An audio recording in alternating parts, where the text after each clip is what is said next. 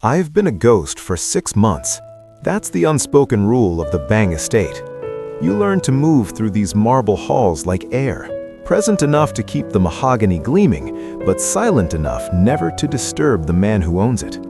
My hands scrub floors that cost more than my life, and I arrange lilies and crystal vases that represent a year of my rent. To Bang Si-hak, I am just a uniform, a shadow in a brown dress, and I preferred it that way. The mansion sits like a crown atop the city, all sharp glass and cold authority. Inside, Bang Si-hak is a storm I've learned to track by the scent of expensive sandalwood and the heavy, rhythmic click of his Italian leather shoes. I catch glimpses of him through the library doors, sharp jawline, a gold chain catching the light against a tailored black suit, and eyes that hold the weight of 1,000 secrets. He never looks at me. Not until the night I came back broken. I work the double shifts because poverty is a predator that never sleeps. I need every dollar to keep my sister safe and our small apartment's door locked. But tonight, 3 blocks from the subway, the safety of Si-hak's territory shattered. 2 men stepped out of the rain. They didn't want my purse. They wanted to send a message to the man I work for. The first punch tasted like copper and rain. The last thing I heard before the world went black was, "Tell the boss we're coming for his throne." The sun never truly reached the lower levels of the Bang estate, but the marble didn't need sunlight to feel cold. I moved through the vast, echoing hallways of the mansion like a ghost haunting a cathedral of glass and steel. My uniform, a simple brown dress that felt like a second skin of penury, was always pressed and spotless. It was my armor of invisibility. In a house like this, being seen was a liability. Being noticed was a danger. I began my morning as I always did, at 5 a.m., when the city of Seoul was still draped in a bruised purple mist. My hands, calloused from months of scrubbing, moved with a practiced, silent rhythm. I polished the grand mahogany staircase until I could see my own tired reflection in the wood. I dusted the crystal chandeliers that hung like frozen rain from the ceilings, pieces of art that cost more than the total sum of my family's history. Working for Bang Si-hak was like living in the orbit of a dark star. You felt the gravity of his presence long before you saw him. He was the center of a silent, terrifyingly efficient universe. Men in sharp suits arrived at odd hours, their voices low and gravelly, disappearing into the heavy-doored study. I would enter those rooms later to find the lingering scent of expensive sandalwood and the faint, bitter trail of Cuban cigars. I would empty ashtrays and collect crystal glasses, my fingers tracing the rims where his lips might have touched, a silent witness to a life of absolute authority. I learned to predict him by the sounds. The heavy, measured click of his Italian leather shoes on the marble floor was my cue to vanish into a side corridor or melt into the shadows of a doorway. I was a master of the peripheral. From behind the velvet curtains or through the half-inch crack of a library door, I watched him. He was a man of sharp lines and controlled fury. I admired the way his gold chain caught the dim light against the stark black of his tailored suits, a singular flash of opulence on an otherwise lethal silhouette. He often stood by the floor-to-ceiling windows, staring out at the city as if he owned every flickering light in the valley, and perhaps he did. His eyes were the color of obsidian, cold and impenetrable, never landing on the girl in the brown dress who stood 3 feet away with a tray of water. To him, I was part of the architecture, as stationary and unremarkable as the pillars holding up the roof. There was a strange comfort in that neglect. In the shadows, I was safe. I could observe the way his jaw tightened when he was deep in thought, or the way he adjusted his cufflinks with a slow, deliberate grace that suggested he could just as easily snap a neck as fix a collar. I was a spectator to a world of violence and wealth, a moth hovering near a flame that didn't even know it was burning. By mid-afternoon, the exhaustion usually began to settle in my marrow, a dull ache that reminded me why I was here. Every time my back protested as I knelt to scrub the tile grout, I thought of the stack of unpaid bills sitting on my kitchen table at home. I thought of the medical debt that felt like a noose, and the way my sister's face lit up when I brought home enough for a real meal. I was a ghost, because ghosts didn't have the luxury of pride. I spent my final hour of the shift in the grand library, the quietest room in the house.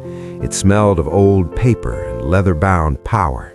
As I ran my cloth over the shelves, I found myself pausing by his desk.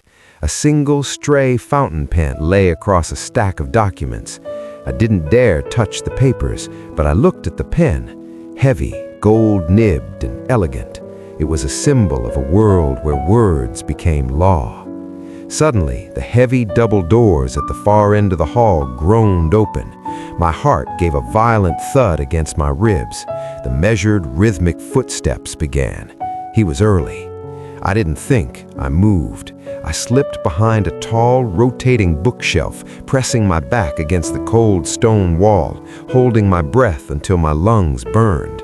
Through the narrow gap in the wood, I saw him enter. He didn't look tired, despite the late hour. He looked energized by some dark, internal fire. He shed his jacket, draping it over the back of his chair, and for a fleeting second, he paused, his gaze sweeping the room. For one terrifying heartbeat, I thought his eyes lingered on the shadow where I hid. My pulse drummed a frantic rhythm in my ears. But then he turned away, sitting down and pulling a folder toward him. He was back in his world, and I was back in mine, invisible, silent, and utterly alone in the dark. I waited for 10 minutes before I dared to slip out of the service door, leaving the ghost of myself behind in the mahogany and marble. I didn't know then that the rain was coming, or that by the next time I saw him, my invisibility would be the very thing that broke his world apart. The heavy iron gates of the Bang estate clicked shut behind me with a finality that always made my chest tighten. For a few hours, I was no longer a ghost in a mansion. I was just another girl in a brown dress walking the rain-slicked pavement of the city. Seahook's head housekeeper had sent me on a late errand, a specific brand of tea that the boss preferred, found only in a small boutique 3 blocks away. The sky over the city was a bruised, heavy gray, hanging low over the skyscrapers like a threat. As I walked, the first few drops of rain began to fall, fat and cold, splashing against the sidewalk. I pulled my thin cardigan tighter around my shoulders, wishing I had the foresight to grab a coat. The wind picked up, whistling through the narrow gaps between the buildings, carrying the scent of wet asphalt and impending thunder. I hurried my pace, my sneakers slapping against the concrete. The streets were unusually empty for a Thursday evening. Most people had already retreated indoors to escape the coming deluge. The amber glow of the streetlights flickered to life, casting long, distorted shadows that danced across the brick walls. I felt a prickle of unease at the base of my neck, that instinctual alarm that triggers when you realize you're truly alone in a place that usually hums with life. I reached the boutique just as the drizzle turned into a steady downpour. The shop was warm and smelled of dried herbs, a brief sanctuary from the biting wind. I made the purchase quickly, the small paper bag tucked securely under my arm, and stepped back out into the storm. The rain was a curtain now, blurring the edges of the world. I turned the corner, taking the shortcut through the narrow street that led back toward the estate. I was halfway down the block when I saw them. 3 men stood under the recessed doorway of a closed dry cleaner, their silhouettes sharp against the dim security light. They weren't moving, they were waiting. My heart gave a sharp, painful thud. I kept my head down, focusing on the rhythmic splash of my feet, trying to project the same invisibility I practiced in the mansion. "Hey!" a voice called out, cutting through the sound of the rain.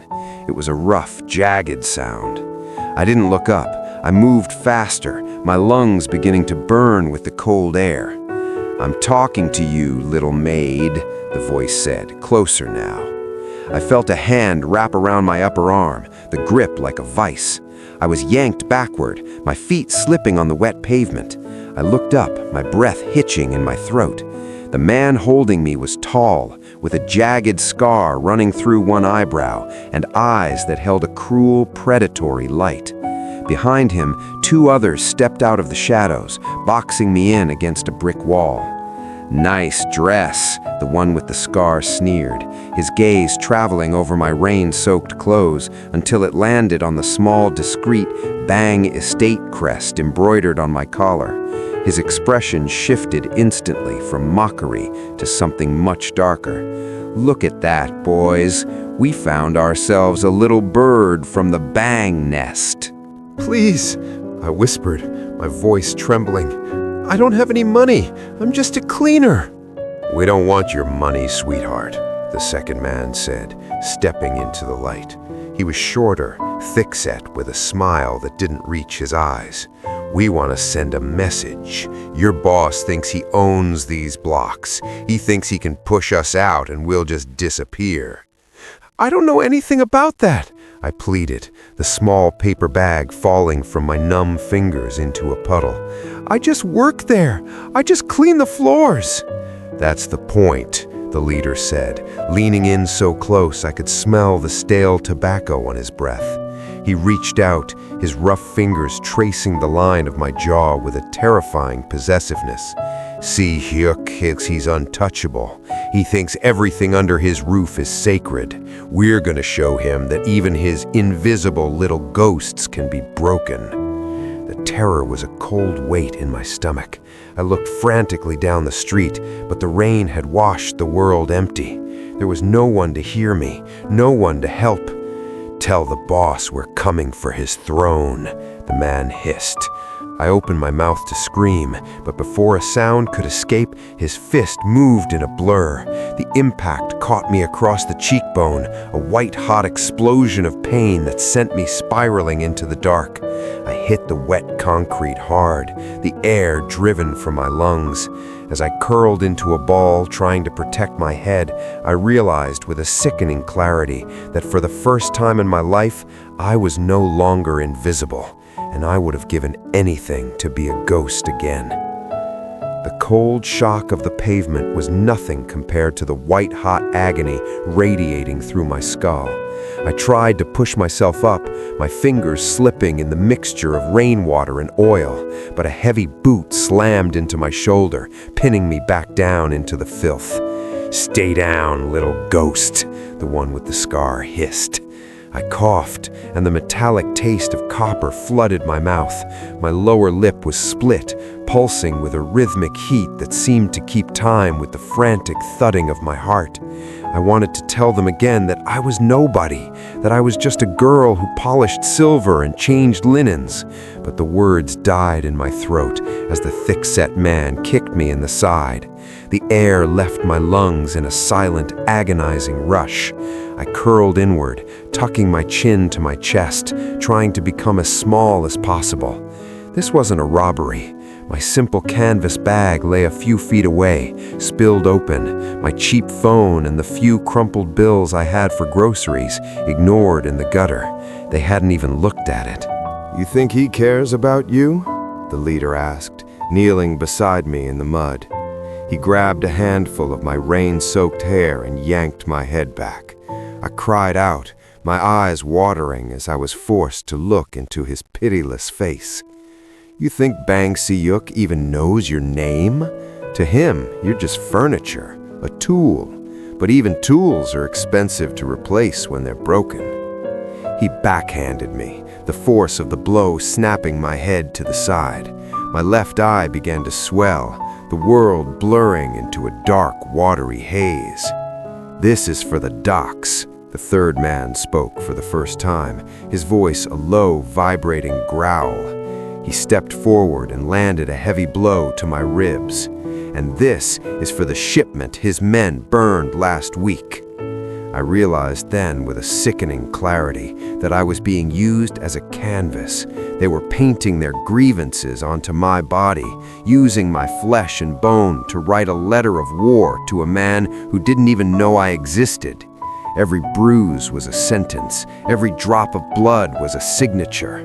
They were hurting me because they couldn't get close enough to hurt him, and in their twisted logic, destroying the things he owned was the only way to make him feel the sting. "Look at her," the leader laughed, his grip on my hair tightening. "She's trembling. Does the big boss make you tremble like this, sweetheart? Or does he just walk past you like you're part of the wallpaper?" I couldn't answer.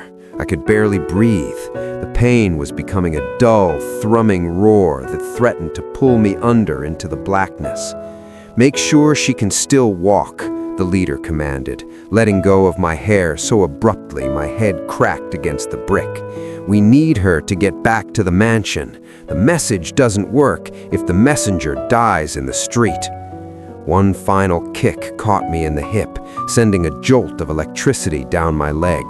I let out a broken, wheezing sob as they stepped back, their shadows lengthening and then vanishing as they retreated into the dark alleyway. "Tell him we're coming, Diane," the voice drifted back through the rain, mocking and cold. "Tell him the crown is heavy and we're tired of waiting for it to fall." I lay there for a long time, the rain washing the mud from my face, but doing nothing for the fire burning under my skin. The silence of the street was absolute, broken only by the steady drum of the downpour and the ragged, shallow sound of my own breathing. I was shivering, a deep, bone-deep tremor that I couldn't control. With agonizing slowness, I dragged my hands beneath me. My fingernails were torn, my simple brown dress stained with the grime of the city. I looked at the small paper bag of tea, now sodden and ruined in the puddle beside me. I had failed my errand. I had broken the rules. I had been noticed. I pushed myself up to my knees, the world spinning in nauseating circles. I had to get back. I didn't have a phone to call my sister, and I didn't have the strength to find a hospital. The only place I had left was the fortress on the hill, the house of the man who didn't even know I existed, but whose name had just cost me everything. I began to crawl, my knees scraping against the grit, a broken ghost trying to find its way back to the shadows. The trek back to the Bang estate felt like a journey through a fever dream. Every step was a fresh lesson in agony, a jagged staccato of pain that flared from my ribs and radiated down my legs. The rain had settled into a relentless, icy rhythm, plastering my brown dress to my skin until I felt like I was wearing a shroud made of lead and river water. I walked with my head down, one arm wrapped tightly across my midsection to keep my world from falling apart, my vision tunneled by the swelling of my left eye. When the iron gates finally loomed out of the mist, I didn't feel relief. I felt a renewed, paralyzing terror. I was no longer the perfect, invisible ghost. I was a mess of mud and blood, a walking violation of the mansion's pristine order. I bypassed the main entrance, my sneakers squelching as I dragged myself toward the service door. My fingers fumbled with the key card, the plastic slick with grime. When the lock finally clicked, I slipped inside, leaning my forehead against the cool metal of the door. The air inside was climate-controlled and smelled of lemon wax and expensive silence, a staggering contrast to the metallic scent of blood and wet asphalt still clinging to my hair. I needed to reach the back staircase. If I could just get to my small room in the servants' quarters, I could wash away the evidence. I could hide. I could become a ghost again before anyone noticed the message written on my face. I moved through the service corridor, leaving a trail of dark, watery prints on the polished linoleum. My breath was coming in shallow, hitching gasps that whistled in the quiet air. I reached the junction where the service wing met the main hall, a stretch of floor I had polished just hours ago. The grandfather clock in the foyer chimed 11 times, the sound vibrating through my bruised bones like a funeral knell. Just 10 more yards, 10 yards to the stairs. I hugged the shadows of the wainscoting, my hand tracing the dark wood for support. but as I passed the heavy carved doors of the grand study, the very air in the hallway seemed to drop in temperature. The scent of sandalwood and Cuban tobacco hit me, a warning I was too broken to heed in time. The latch clicked. The door swung open, spilling a warm amber glow across the dark floor, cutting directly across my path. I froze, my heart leaping into my throat, hammering against my battered ribs with enough force to make me dizzy. Bang Si-hyuk stepped out. He had shed his suit jacket, his white shirt unbuttoned at the collar, the gold chain around his neck gleaming like a predatory eye in the soft light. He was looking down at a glass of dark liquor in his hand, his expression one of deep, concentrated thought. He took a step forward, his Italian leather shoes silent on the rug I had vacuumed that morning. He didn't see me at first. I was pressed into the corner, a dark smudge against the mahogany. I held my breath, praying that my invisibility would hold one last time, that the shadows would swallow me whole. But then, he stopped. He didn't turn his head immediately. He simply stood still, his nostrils flaring as if catching a scent that didn't belong in his sanctuary. The smell of rain, of ozone, and the unmistakable iron-thick tang of fresh blood. Slowly, deliberately, he turned. For the first time in 6 months, Bang Si-hyuk's eyes didn't pass over me.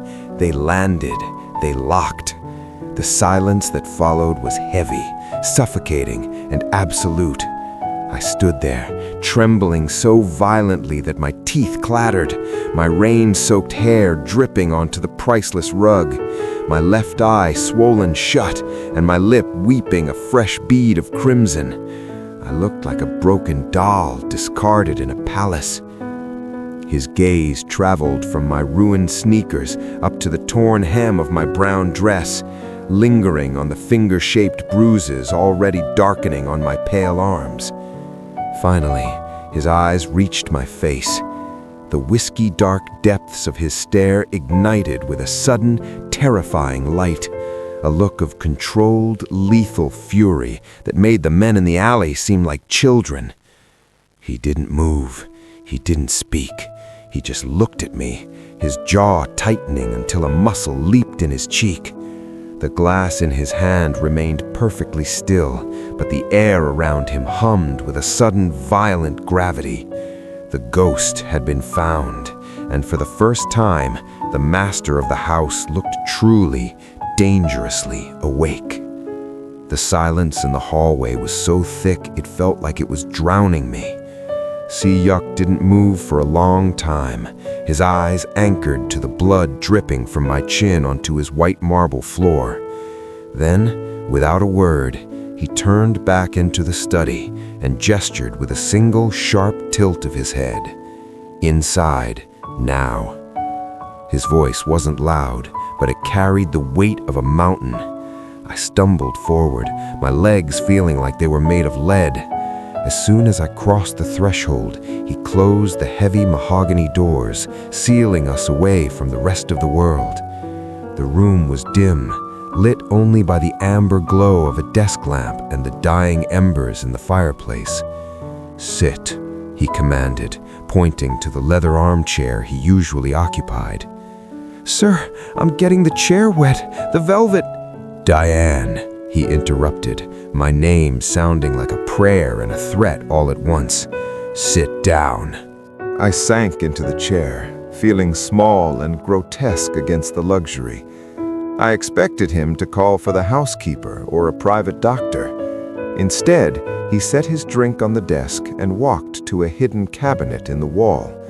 He returned with a silver bowl of warm water, a clean white cloth, and a first aid kit. He pulled a small stool in front of me and sat, his knees nearly touching mine. The power imbalance was staggering. Here was the man who ruled the city's underworld, kneeling before a girl who made $12 an hour. "Look at me," he whispered. I hesitated, then slowly lifted my head. The movement sent a fresh wave of pain through my ribs. As he reached out, I flinched, my eyes snapping shut in an instinctive reflex. I felt his hand pause in the air. "I am not going to hurt you, Diane," he said, his voice dropping to a low, vibrating register that vibrated in my chest. "I am the last person on this earth you ever have to fear." His hand settled on my jaw. His touch was incredibly light, his large, warm fingers cupping my face with a gentleness that made my throat tighten. He began to dab the warm cloth against my split lip. He worked with a terrifying, surgical focus, his eyes fixed on every scrape and every shade of purple blooming across my skin. "Tell me everything," he said, his thumb tracing the edge of the bruise on my cheekbone. "Start from the moment you left the gate." I began to speak, my voice cracking and small. I told him about the rain, the errand for the tea, and the 3 men waiting in the shadows. As I described the moment they saw the Bang Estate logo on my collar, I felt the temperature in the room seem to plummet. "They recognized the crest?" he asked. His voice was calm, too calm. It was the sound of a blade being sharpened. "Yes," I whispered, a tear finally escaping and tracking through the dried blood on my face. They said they wanted to send a message. They told me to tell you they were coming for the throne." See, Hook's hand tightened almost imperceptibly on the cloth. The controlled fury I had always sensed in him was no longer a shadow. It was a living, breathing thing in the room. His jaw was set so hard I thought the bone might snap, and his eyes had turned into shards of black glass. He wasn't looking at me anymore. He was looking through me, at the men who had dared to use a girl in a brown dress to mock his name. "Names, Diane," he prompted, his voice like grinding stones. "Did they use names?" "The leader, he had a scar through his eyebrow. The others called him Kale. They mentioned the docks and a shipment you burned."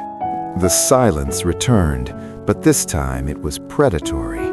Sayuk squeezed the cloth, the water turning pink as it ran through his fingers. He looked at my swollen eye, then down at the finger-shaped bruises on my arms, where they had held me still. He leaned in closer, his forehead almost touching mine. The scent of sandalwood and expensive tobacco enveloped me, a dangerous, beautiful sanctuary. "You did well to come home to me," he whispered, his breath warm against my skin. He set the cloth aside and reached for his gold chain, adjusting it with a slow, deliberate movement that signaled the end of his restraint. "You are not a ghost anymore, Diane. From this moment on, you are the only thing in this city that is untouchable." He rose to his full height, his silhouette towering over me, casting a long, dark shadow that finally felt like protection instead of a threat. He picked up his phone from the desk, his eyes never leaving mine. "Dawn," he said into the receiver, his voice cold enough to freeze the blood in my veins, "is going to be very quiet for 3 men tonight." The door to the study didn't just close, it sealed. Sayuk stood behind his desk, the amber light of the lamp carving deep, predatory hollows into the planes of his face. He looked at the phone in his hand for a heartbeat, his thumb hovering over the glass before he tapped a single contact. I sat huddled in the oversized leather chair, still shivering, watching the man I had spent months avoiding transform into the storm I had always feared. "Jin," Sayuk said. His voice was no longer the low whisper he had used with me. It was a flat, tonal winter. "Wake everyone. I want the captains in the war room in 10 minutes. And Jin, bring a pen. You're going to want to get these names right." He didn't wait for a reply. He ended the call and immediately dialed another. I watched the gold chain around his neck catch the light as he paced the small strip of Persian rug in front of his desk. He looked like a king preparing for a siege, his movements fluid and sharp, stripped of any hesitation. "Kale," Sayuk said, repeating the name I had whispered only moments before. He spoke it into the phone as if it were a curse he was lifting from the earth. "He has a scar through his left eyebrow. He runs with 2 others, one thick-set, one with a growl for a voice. They're bragging about the docks. They're talking about shipments they didn't have the spine to touch themselves." He paused, listening to the voice on the other end, but his eyes never left mine. They were dark, intense, and strangely anchoring. Even as he spoke of violence, the way he looked at me felt like a shield. It was the first time in my life someone was taking my pain and turning it into a consequence for someone else. "I don't care who they work for," Sayuk continued, his jaw tightening. "I don't care if they're hiding in a hole in the Bronx or sitting in a penthouse. Find them. Every street, every alley, every basement from here to the harbor. If they breathe the city's air, I want my men to be the ones who stop it." He leaned over the desk, his knuckles white where he gripped the edge of the mahogany. The controlled fury had finally broken its banks. The air in the study felt charged, heavy with the ozone of an impending strike. "Listen to me carefully," he said, his voice dropping to a terrifyingly quiet register. "They used my logo to justify a message. They touched someone under my roof to prove a point. So, here is the counterpoint. Not a single one of them sees the sun tomorrow. I want this city to wake up to the news that the Bang estate doesn't just protect its interests, it erases its enemies." He snapped the phone shut and tossed it onto the desk. The silence that rushed back into the room was deafening. He stood there for a moment, his chest heaving slightly, the white fabric of his shirt strained across his shoulders. The man who had been a distant shadow for 8 months was now a blazing sun, and I was the only thing he was choosing to illuminate. He walked back over to me, stopping just inches from my knees. He reached out, and for a second I thought he was going to touch the bruise again. Instead, he reached past me to grab his suit jacket from the chair. He draped it over my shoulders, the heavy, expensive wool still carrying the warmth of his body and the scent of his sandalwood cologne. "You're shaking, Diane," he noted softly, the ice in his voice melting only for me. I didn't mean to start a war, sir," I whispered, clutching the lapels of his jacket. It felt like wearing a suit of armor. "You didn't start it," he said, his hand lingering on my shoulder for a brief, possessive second. "They did. They made the mistake of thinking you were just a maid. They forgot that everything in this house belongs to me, and I don't let people break what is mine." He turned toward the door, his silhouette tall and imposing against the amber light. He looked back once, his eyes flashing with a promise that made my heart race for an entirely new reason. "Stay here. My personal security will be outside this door. No one enters unless I say so." As the heavy doors clicked shut, leaving me alone in the scent of his tobacco and power, I realized the ghost was gone forever. The man who never looked at me just set the city on fire to avenge a girl in a brown dress, and as I heard the distant roar of engines starting in the garage below, I knew that by dawn, the names of the men who hurt me would be nothing more than a memory carved in blood. The door to the study didn't just close, it sealed. Sayuk stood behind his desk, the amber light of the lamp carving deep, predatory hollows into the planes of his face. He looked at the phone in his hand for heartbeat, his thumb hovering over the glass, before he tapped a single contact. I sat huddled in the oversized leather chair, still shivering, watching the man I had spent months avoiding transform into the storm I had always feared. "Jin," Siyuk said. His voice was no longer the low whisper he had used with me. It was a flat, tonal winter. "Wake everyone. I want the captains in the war room in 10 minutes. And Jin, bring a pen. You're going to want to get these names right." He didn't wait for a reply. He ended the call and immediately dialed another. I watched the gold chain around his neck catch the light as he paced the small strip of Persian rug in front of his desk.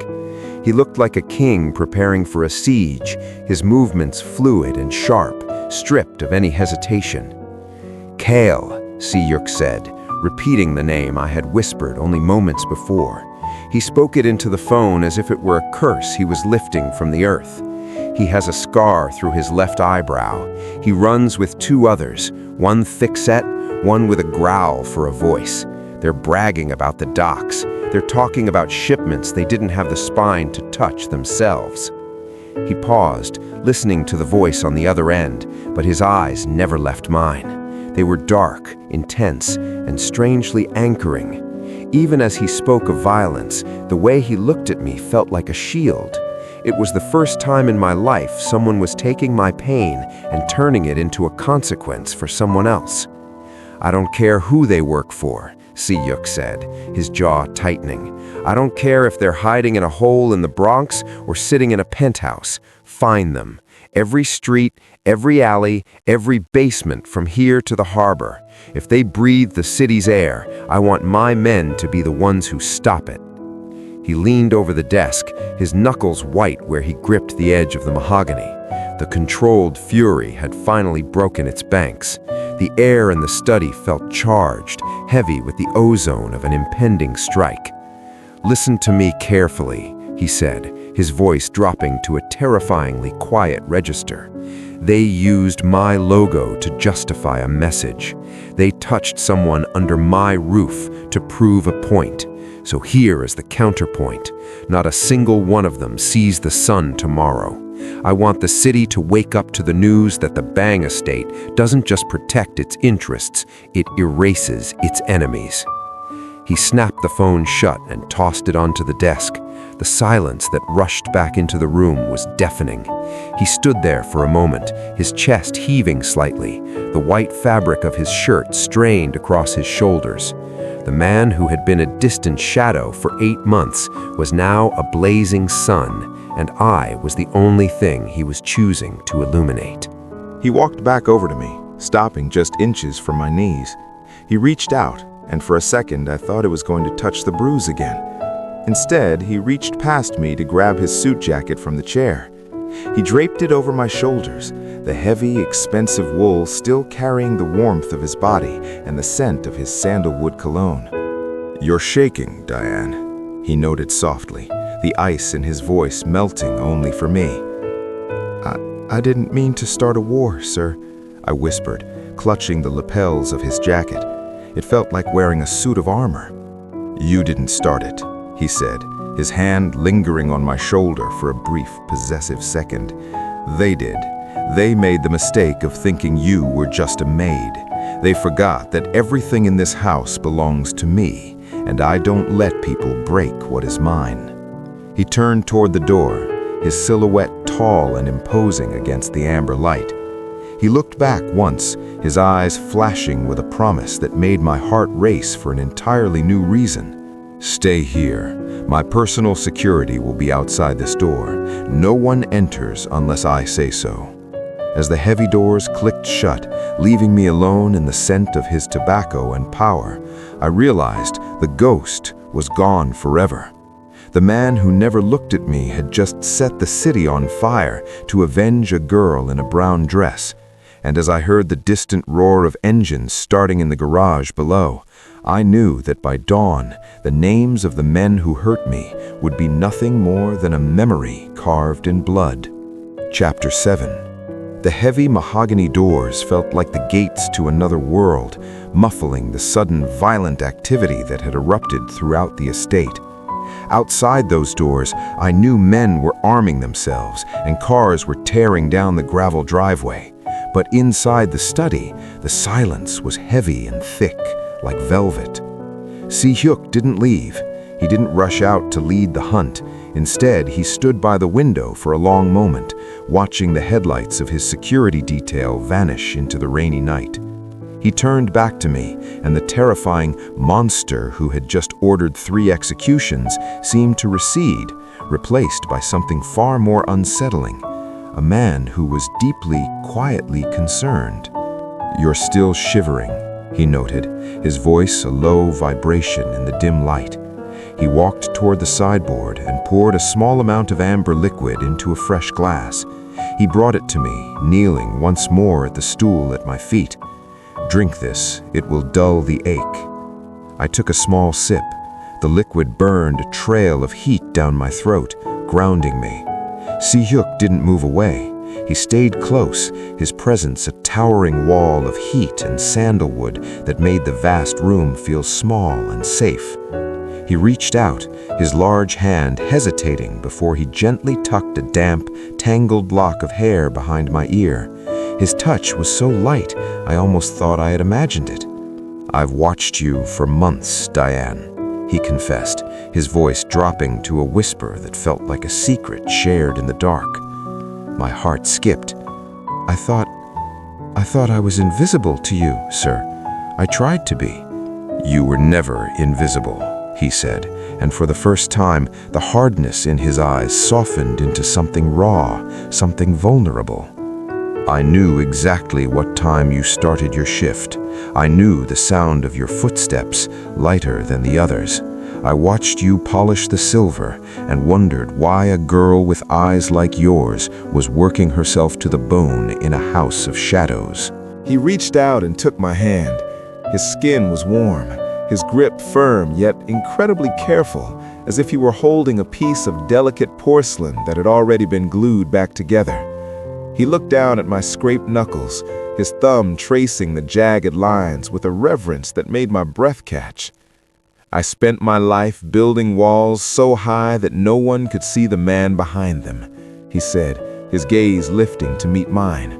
"But you were just there, moving through my world with a quiet grace that I didn't know how to handle. I told myself to leave you alone, that my world would only bruise you." He let out a bitter, self-deprecating laugh. "And look what happened the moment I turned my back." The vulnerability in his voice was a shock. This was the man who held the city in a fist of iron, yet here he was, blaming himself for a rainy night and a chance encounter. "It wasn't your fault," I whispered, my fingers tentatively curling around his. "It is my fault if I let it happen again," he countered, his jaw tightening once more. But this time it wasn't with fury, it was with a promise. He rose and sat on the edge of the armchair's wide leather arm, pulling me slightly toward him until my head rested against his hip. It was an intimate, domestic gesture that defied everything I knew about the mafia boss of Manhattan. He didn't say anything else, he just stayed there, his hand resting protectively on the crown of my head, a silent sentinel against the darkness outside.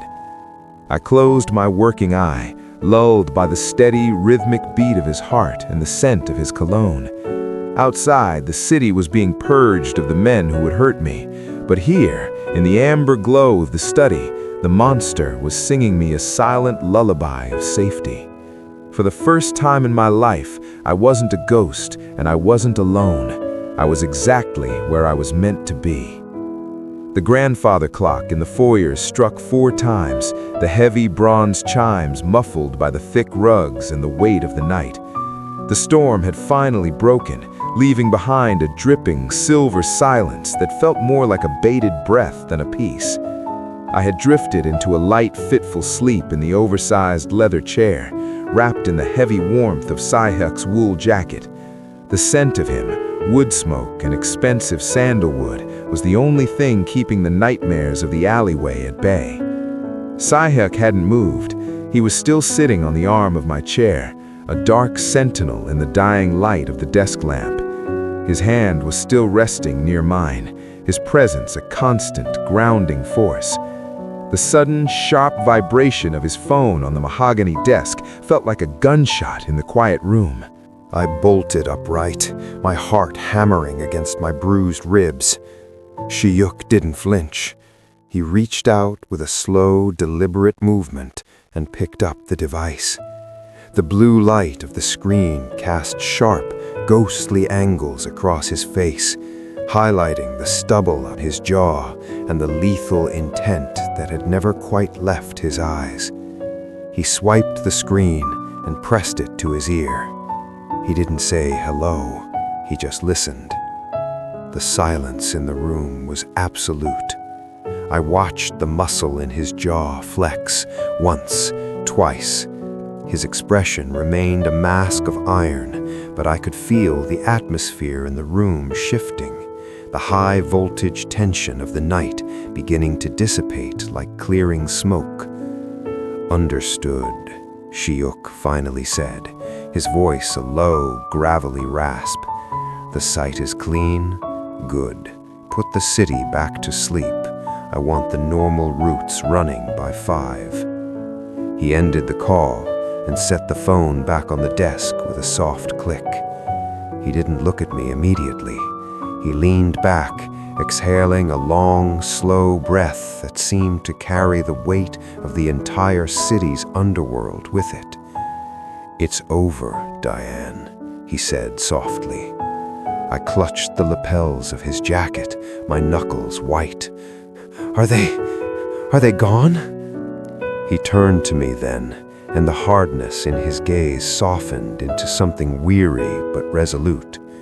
He reached out, his thumb gently catching a stray tear that had begun to track through the faint bruising on my cheek.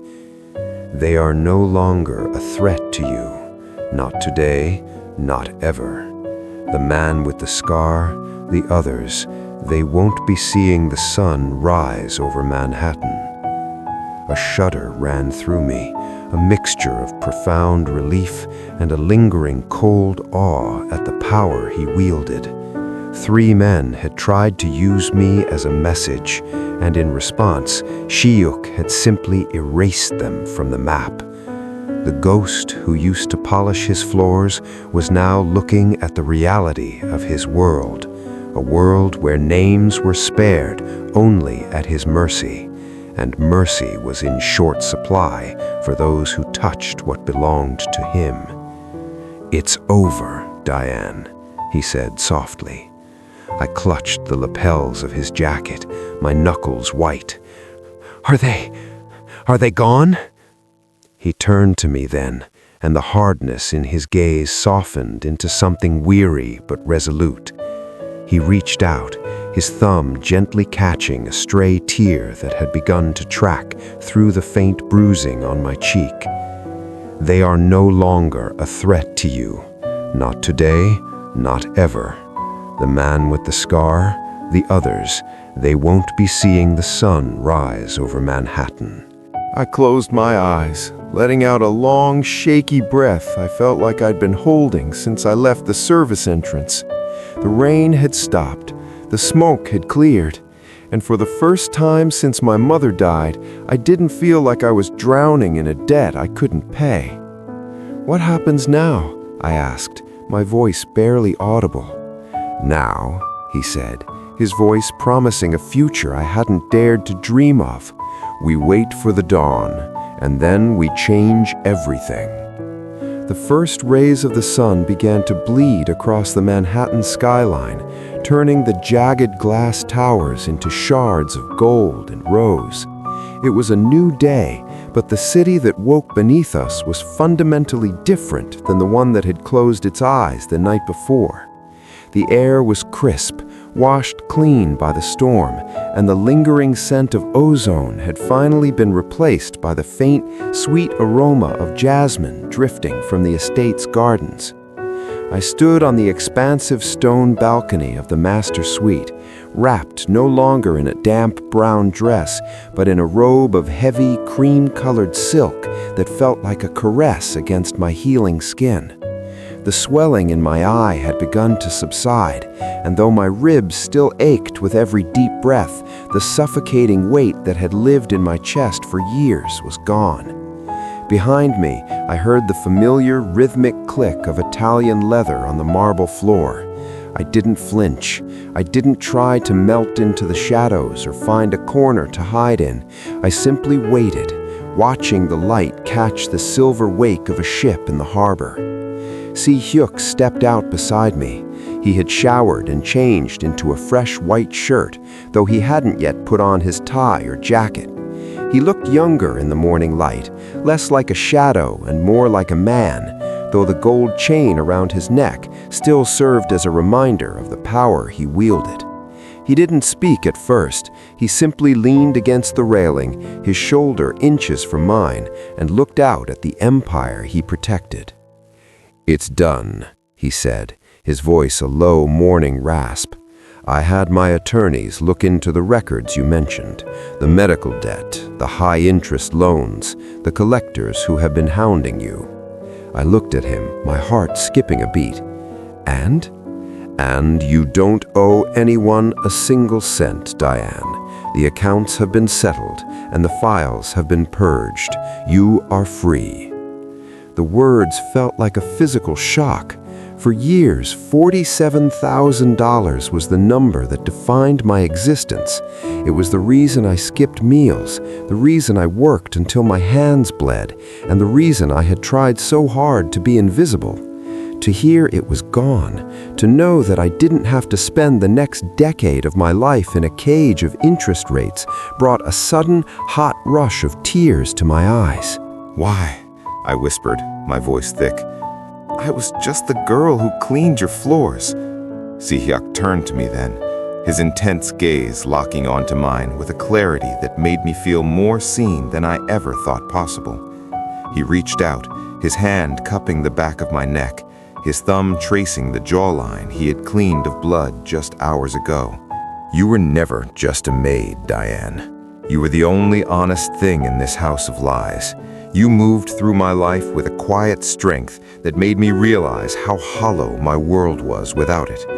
He stepped closer, his presence a warm, solid barrier between me and the rest of the world. "I didn't pay those debts to buy you. I paid them so that when you choose to stay here, you do it because you want to be at my side, not because you have nowhere else to go." He gestured toward the room behind us, where a sleek black leather briefcase sat on the table. "Inside is a contract for a new position. Personal assistant, advisor, confidant, call it what you like. The salary is 10 times what you were making in that brown dress, and your sister's tuition is already covered."